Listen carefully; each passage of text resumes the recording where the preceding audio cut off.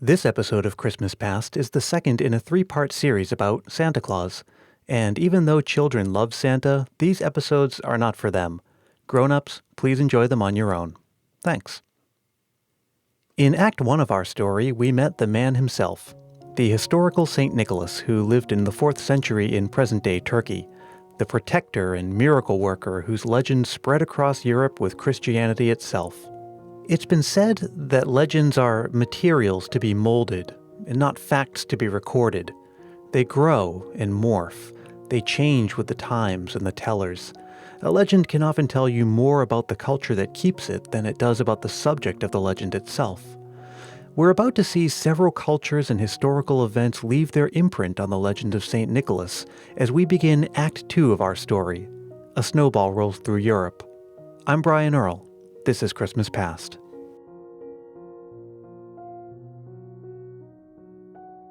Our story picks up again around the 12th century, and this is where the idea of bringing gifts in the name of St. Nicholas probably began. Some nuns in central France started leaving gifts and candy for children outside the doors of poor families on the eve of St. Nicholas Day. This was probably inspired by the story of the poor widower and his daughters. The custom of gifts for children, all children, not just poor ones, spread very quickly and even led to St. Nicholas markets in early December where parents could buy toys and candy. As his legend spread across Europe, it became mixed with local folk tales. Christmas is like a snowball.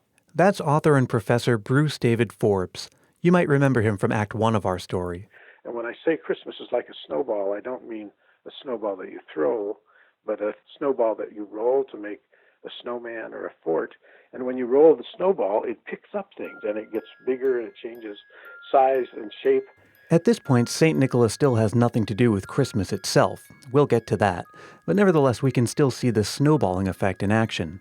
For example, until the 14th century, St. Nicholas's beard was usually pictured as dark. But his story reminded some people of Odin, the white-bearded Norse god. And legend had it that at the time of the winter solstice, Odin rode across the sky at night on a white horse, and children would leave out carrots and hay for Odin's horse. Sound familiar? So eventually, St. Nicholas was pictured as having a long white beard and riding a white horse. He also began to take on some of the traits of these elfin, witch-like characters that show up in some European folk tales, the ones that would reward good children and punish naughty ones. You might remember from Act 1 what Professor Forbes said about Nicholas having 3 basic roles. One is that he's a protector, kind of a guardian angel. Second, he becomes a disciplinarian, trying to find out if children are naughty or nice. And third, he's a generous gift giver. We're about to see St. Nicholas Day celebrations change as the emphasis shifts to that of disciplinarian. But punishing children isn't exactly saintly, so in many regions he had a servant or a companion who did it for him. For example, Germany had Knecht Ruprecht, a farmhand who carried a rod. They also had Belsnickel, a masked man who carried a threatening tree branch. Krampus was probably the scariest of all.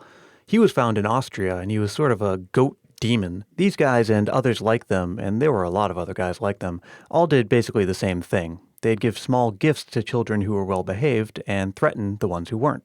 This snowballing of legends and the morphing of roles are actually tightly coupled. For example, the Dutch had their own tradition surrounding St. Nicholas, or as they called him, Sinterklaas. Sinter, saint. Claus is a shortened form of Nicholas. So Sinterklaas, yes, is the phrase that the Dutch would use.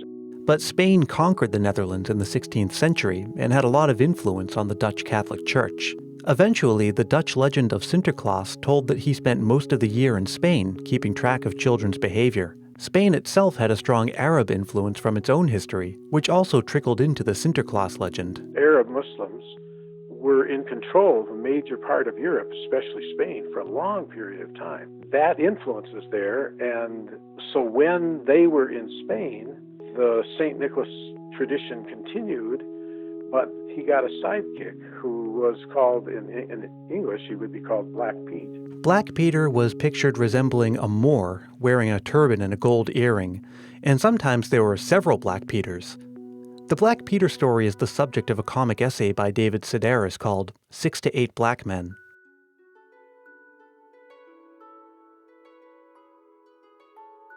Something else was going on in Europe in the 16th century, the Protestant Reformation. And one of the things the Protestants opposed was devotion to saints, as the Catholics had done. Of course, this would also include St. Nicholas. But he was so popular that a lot of Protestants just wouldn't hear of it.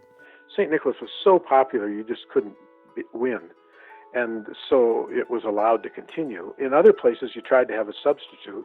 So Germany, which had become Protestant like most of Northern Europe, came up with a plan. Suppose it wasn't St. Nicholas who visited children. Suppose it was the Christ child. And suppose the date of the celebration were moved from December 5th, which was St. Nicholas Day Eve, to Christmas Eve. That way, people could keep some familiar version of their popular celebration, but put the emphasis on the Christ child instead of a saint. And the plan went over terribly. They couldn't get anyone interested. People missed St. Nicholas. And so, back to the drawing board, they came up with a new plan. Now, St. Nicholas and the Christ child would go around together on Christmas Eve. Not every culture did this. Some parts of Europe still have separate St. Nicholas and Christmas celebrations, even to this day. And by the way, in German, the word for Christ child is Christkindl, which, of course, was later mutated into Kris Kringle, is that crazy? The snowball rolls on.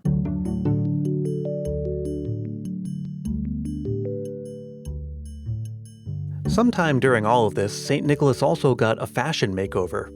Maybe because the Protestants had a problem with saints, but depictions of him no longer had him wearing a traditional bishop's robes. Instead, he got a fur suit and a matching hat, and perhaps to further disassociate St. Nicholas from his saintly origins, different regions morphed him into a more secular figure. Like for instance, Germany had a figure called Christmas Man, and in Finland they had Old Man Winter. And in time, England's Father Christmas, who already existed and had nothing to do with Santa Claus, ended up becoming synonymous with him anyway. Within a century of the Reformation, Europeans started crossing the Atlantic and setting up colonies in the New World, and the St. Nicholas tradition came with them. I hope you'll join me for the third and final act of our story, when St. Nicholas, Sinterklaas, finally becomes the Santa Claus we know today. And now, let's hear some Christmas memories from my good friend Hope in Massachusetts. Hope is only 10 years old, and you know that song that says every mother's child is gonna spy to see if reindeer really know how to fly? I guess a lot of kids try to do that, and Hope is no exception. Let's hear her tell about that and some of her other favorite Christmas Eve traditions. On Christmas Eve night, I would try to get my mom to let me sleep out on the couch so I could try to stay up and see Santa. And I was young, so I never made it. And then in the morning, I would just see the tree with the gift around it, and I'd be like, man, I missed him every single year. My friends used to say that he wasn't real, so I wanted to prove them wrong. Well, I've seen pictures, but then I used to think they were real, but then when I look closely, you can always tell the beard is a little fake. Usually on Christmas Eve, my grandma always has these 7 fish, which I eat about 2 of them, usually. And then I go to bed, and we always do presents that night. If you have a Christmas memory you'd like to share, I'd love to share it with everyone else. So record a voice memo into your phone and email it to me at christmaspastpodcast@gmail.com. Try to keep it to about a minute or so, and be sure to say your name and where you're from. And if you're shy about recording your own voice, that's okay. You can also just email me something, and maybe I'll get a chance to read it on the show. Again, that's christmaspastpodcast@gmail.com. Christmas Past is produced in sunny San Mateo, California by yours truly, Brian Earl. Thank you once again to Dr. Bruce David Forbes, and we'll hear from him again in the next episode. And thanks also to Hope. Merry Christmas, my beautiful mermaid princess. I hope to see you soon. Be sure to subscribe if you haven't already. I'm on iTunes or however you get your podcasts. It takes just a moment and saves you several moments in the long run. You don't have to look for new episodes when they come out because they're delivered right to you. And I've got a bunch more episodes planned for this season. I don't want you to miss a single one. There's more information about subscribing at christmaspastpodcast.com. Hey, come on by Facebook, Twitter, and Instagram. If you like vintage Christmas stuff and Christmas trivia, well, I'm posting it almost every day. Give me a like or a follow, or just say hi and join the conversation. If you search for Christmas Past Podcast in all 3 places, you'll find me. And also, you can come to my official home on the web, ChristmasPastPodcast.com. For each episode, you'll find show notes, pictures, recipes, references, and information about the music you hear on the show. Again, that's ChristmasPastPodcast.com.